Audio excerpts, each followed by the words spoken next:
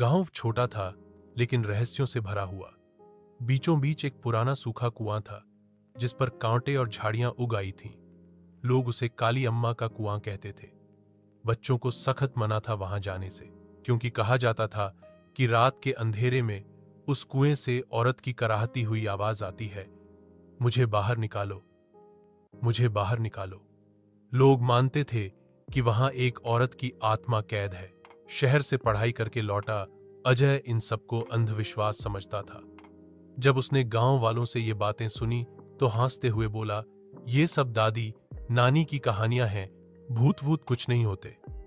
दोस्तों ने बहुत समझाया कि वह कुएं के पास न जाए, लेकिन अजय ने जिद पकड़ी कि वह आधी रात को वहां जाएगा और सबको साबित करेगा कि ये सिर्फ कहानियां हैं। आधी रात को जब पूरा गांव सो रहा था, अजय टॉर्च और मोबाइल लेकर चुपचाप निकल पड़ा। हवा अजीब तरह से तेज थी, पेड़ों की टहनियां आपस में टकरा रही थी। दूर कहीं कुत्ता लगातार भौंक रहा था। जैसे जैसे वह कुएं के करीब पहुंचा, वातावरण और डरावना होता गया। अचानक उसे साफ साफ सुनाई दिया, अज। वह चौंका और चारों तरफ देखने लगा, लेकिन वहां कोई नहीं था। उसने टॉर्च की रोशनी कुएं में डाली। नीचे पानी नहीं था, लेकिन उसे साफ दिखा एक औरत सफेद कपड़ों में खड़ी थी। उसके लंबे खुले बाल बिखरे हुए थे, चेहरा आधा जला हुआ और आंखें लाल चमक रही थीं। औरत ने गहरी आवाज में कहा, तू मुझे क्यों तंग कर रहा है? मैं यहां कई सालों से इंतजार कर रही हूं। अजय के हाथ से टॉर्च गिर गई और उसका शरीर कांपने लगा। किसी तरह भागकर वह घर पहुंचा। अगले दिन उसने जो देखा था वह सब गांव के बुजुर्गों को बताया। गांव के सबसे बूढ़े आदमी ने गंभीर आवाज में कहा, वो वही औरत है, काली अम्मा। सालों पहले उसे धोखे से इसी कुएं में धकेल दिया गया था। वह गर्भवती थी और मरते दम तक उसने बदला लेने की कसम खाई थी। तब से उसकी आत्मा इस कुएं में कैद है। अजय ने सोचा कि अब वह पीछे नहीं हटेगा। उसने गांव की पुरानी हवेली से उस औरत का टूटा हुआ लॉकेट ढूंढ निकाला। उसमें एक बच्चे की धुंधली तस्वीर थी। अजय समझ गया कि यही उस औरत की सबसे बड़ी अधूरी चाहत थी। उस रात वह फिर कुएं के पास गया। जैसे ही वह पहुंचा, अचानक तूफानी हवा चलने लगी।